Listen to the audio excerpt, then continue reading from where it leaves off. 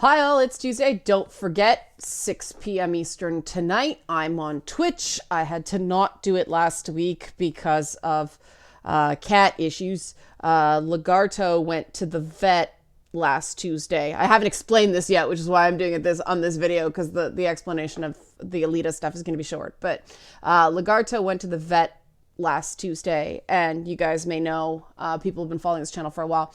Lagarto was a feral cat who, after like 10 some odd years, has finally come around and been more house catty, but he was too nervous to give a urine sample to the vet, and he's problem urinating in places. Could just be he's old, could be various issues, but they're trying to rule out any disease. So we had to get a urine sample and get it over the vet within 4 hours. So at 6 o'clock last Tuesday, we were waiting for a cat to pee.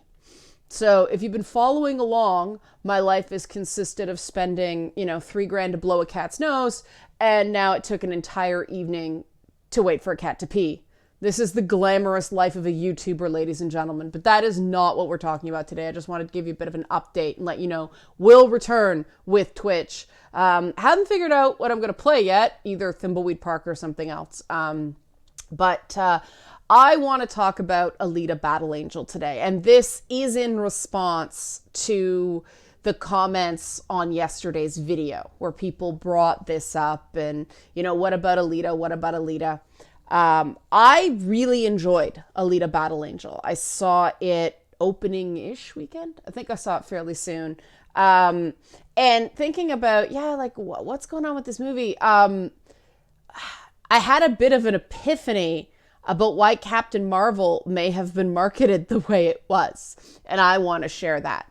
For those of you who don't know, Alita Battle Angel, here she is an adaptation of a manga that I believe was also turned into an anime series. I'm not totally sure about that.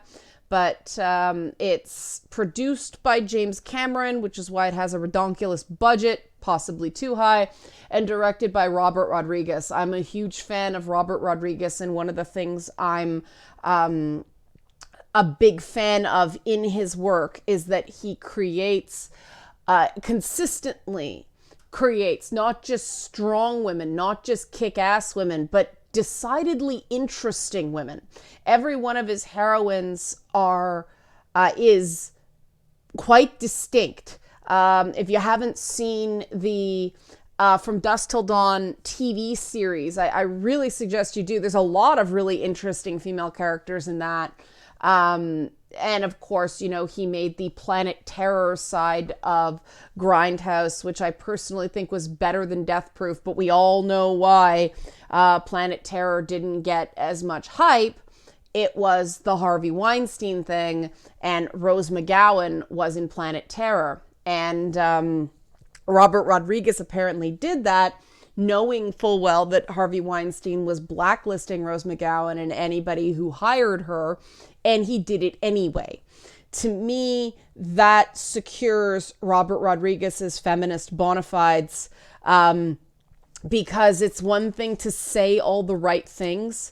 It's another thing to actually back a woman against a very powerful man because you believe what she's saying and you think she shouldn't be blacklisted for having a problem with a guy being a dirty pig.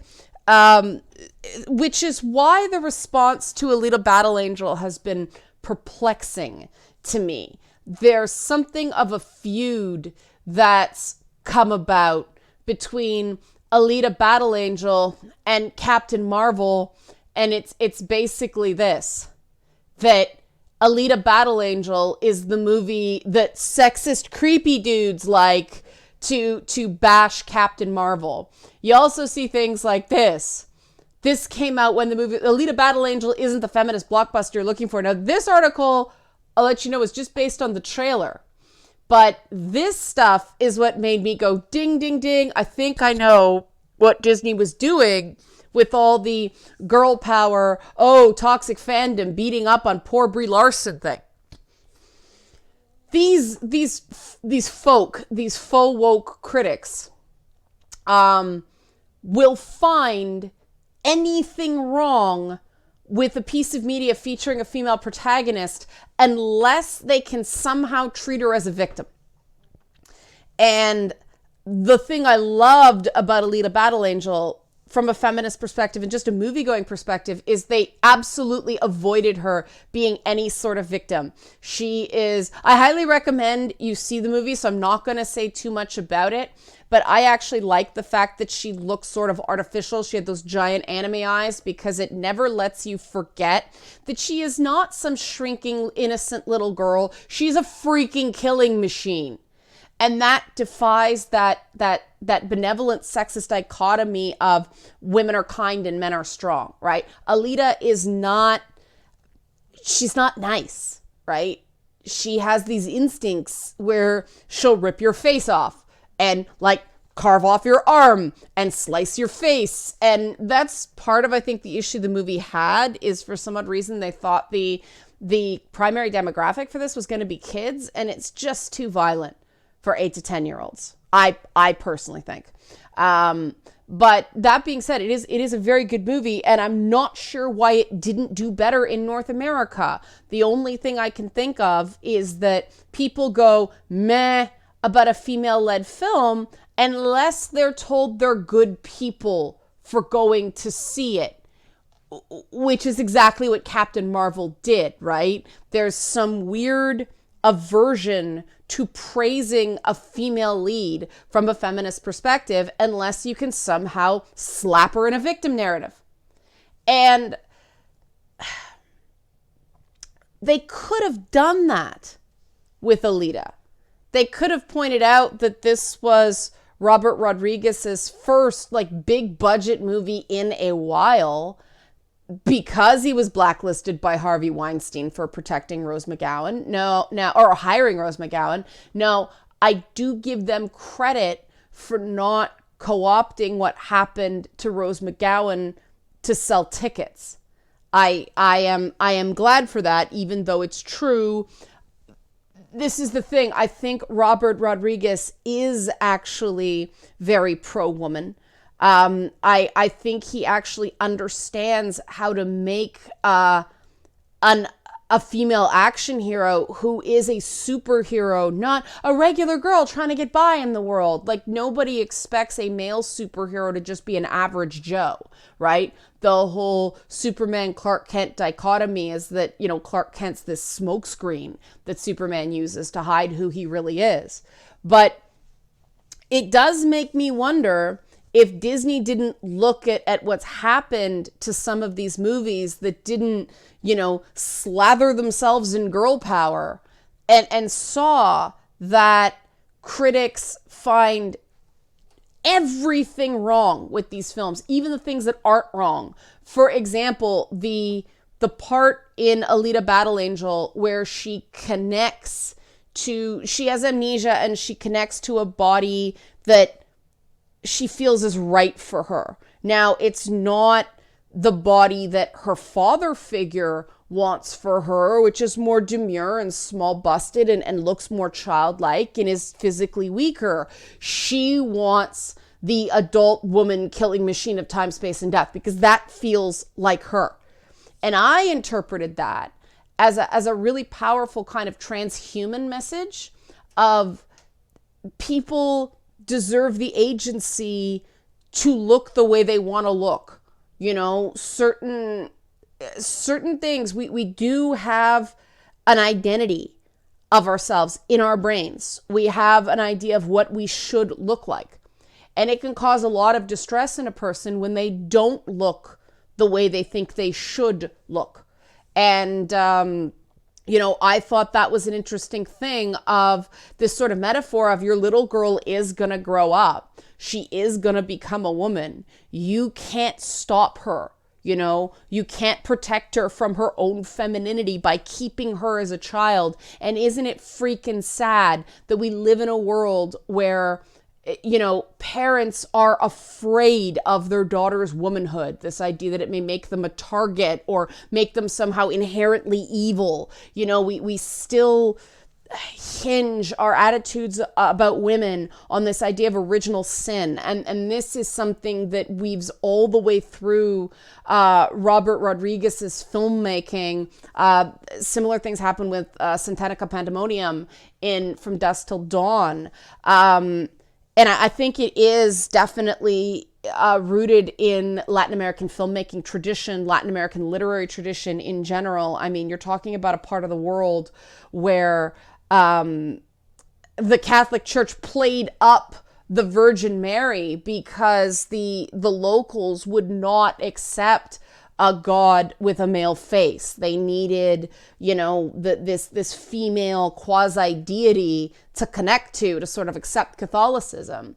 And so there's the Virgin Mary, and there's Fatima, and there's all these other, there's a real feminized version of Catholicism in that part of the world that if you go down and you look at the churches and everything like that, it's staring you in the face. And that definitely comes out, intentionally or not, in Robert Rodriguez's filmmaking. And they deal with, a lot of his characters deal with these women have aspirations. They have goals. There are things they want. Even kind of jokingly, Rose McGowan's character with the gun leg wanted to be a stand-up comedian. That is more subversive than that movie got credit for. But critics always find something wrong with what Robert Rodriguez does, because a lot of feminist criticism comes from this place of this inherent discomfort with the feminine. Their idea of so-called feminism is look androgynous. It's that Marxist, Russian, all the Zod type characters in Superman 2 look the same. Even the chick, like that idea of the proper worker looks androgynous, and the women have the short hair and the broad shoulders, and that all that stuff. That's a very communist. That's a very Marxist aesthetic. And, unfortunately, so much of modern popular feminism is filtered through that Marxist lens that we've lost the feminine in feminism. And I think that, Alita, because it's got that Japanese and Latin American influence, it sidesteps all of that and comes at it from a really pure and awesome place. And yes, of course, Alita is seen, Alita is presented through the opinions of various men in her life. Because it's essentially sort of a Pinocchio type story, the Pinocchio-Geppetto relationship is kind of baked in, so there's nothing wrong with that. I'm just making it clear that I am aware that is a lever. That's no different than, Samuel L. Jackson's Nick Fury character being the person that observes Captain Marvel's exploits, right? Like, the films are totally on par in that way. And we experience Captain Marvel through partially the eyes of Nick Fury. So the films are similar. The difference is the priming that the critical community received via Alita, which is it's a James Cameron, Robert Rodriguez blockbuster. Oh, men, hiss, patriarchy. And it's the first female Marvel superhero. And immediately people should go, holy crap, it took you this long? 21 films in, finally? Black Widow's going WTF. But, they played that up, even though that is not something to be proud of. But also, female director, and Brie Larson's such a feminist, and all that stuff. And now I'm thinking that wasn't to make a political statement for wokeness' sake. That was to insulate the film from the drubbing it otherwise would have received in the feminist movie criticism circle, the way, video games get beat up the same way. And if that's why Disney did it, that's pretty brilliant marketing, because the movie still made a ton of money, and it didn't get hurt by all these hot takes about not feminist enough. This idea that, every movie with a female lead somehow has to appeal to, freaking neo-Bolsheviks, drives me crazy. You can't do that with a Japanese property. You shouldn't even doing that with an American property. But I do think that the not beating the girl power drum did hurt Alita Battle Angel, because people needed some sort of social justice permission to see and enjoy the movie. And without the victim narrative that Captain Marvel got with, the toxic fans, which I don't know how somebody who claims to hate your movie can be fans, but I talked about that yesterday. But without that narrative, there wasn't the moral license, there wasn't the social permission to go see and enjoy this movie with a female lead. And male action heroes don't have to contend with that. And that's a serious problem. That is sexism. That is sexism in film criticism, right? That is holding women to a higher standard and holding them up to more criticism when they front a movie than men get in the exact same similar role. And this is being done by people who claim to be feminist. And you wonder why I keep beating this drum, right? Because, I've done the reading, I've done the study, I've done the applications, I have applied, the various theories of equality in media. I've done it my whole career. It comes out looking more like Alita Battle Angel than these dreary, miserable seeming, I hate everything, woke critics that are desperately trying to control the dialogue about the depiction of women in media. And when Laura Mulvey, wrote what she did about the male gaze in, what was it, visual pleasure and narrative cinema or something like that, where the term the male gaze became popularized, that was a snapshot in time. And at the time she had a point that even things that featured women were for men. That was the whole idea of the male gaze. The one thing people have said a lot about Alita Battle Angel is that the men in the movie are all sort of varying shades of useless. I don't know that I agree with that interpretation. Again, I think that's kind of sexist that, these men who are helping her along in her journey in some way, because it's her journey and not theirs, they're labeled useless. These are all sexist lenses coming from critics. These are all treating a female-led story. You're trying to force it into that male paradigm that you're so used to. And, with Captain Marvel, they sort of lean into that just enough to make people comfortable. Like, oh, she's an Air Force pilot, which is a traditionally male job. So now we know that she's just sort of defying gender expectation. We have permissions to believe she's strong. Whereas Japanese art doesn't have that, because female-led media is the norm there. It's very hard to get a giant blockbuster in Japan without a female lead. Or a very prominent female character, series of female characters. There's a reason that Frozen is one of the most successful Western films ever in Japan. So they don't have to do all that sidestepping and explaining. And it's really frustrating for me to see the interpretations painted with the feminist brush, because first of all, they're wrong. Second of all, because they're so wrong, and because it does seem totally ass backwards, I understand why people reject feminism, because they think that this is what feminism is. When in fact, this is not feminism. This is creeping, insidious sexism masquerading as feminism. And I want my feminism back, please. I want it to actually be empowering for women as a group, but also as individuals.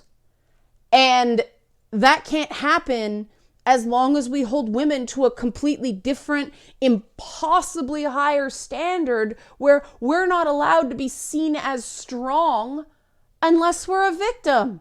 It doesn't work that way. Like the idea if a woman's not a victim, then anything she does that's even remotely powerful or confident, oh, that's for the enjoyment of men. BS. Like that's nonsense. That's not the way it's supposed to work.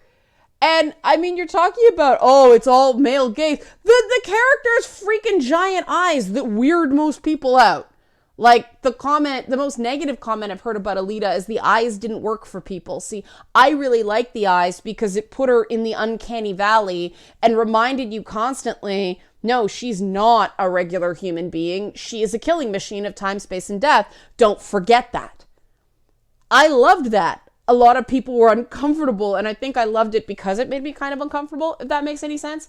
Anyway, I've gone on long enough. I promise this one will be shorter. I think I've made my point. If you enjoy this sort of content, this stuff tends to get demonetized by YouTube.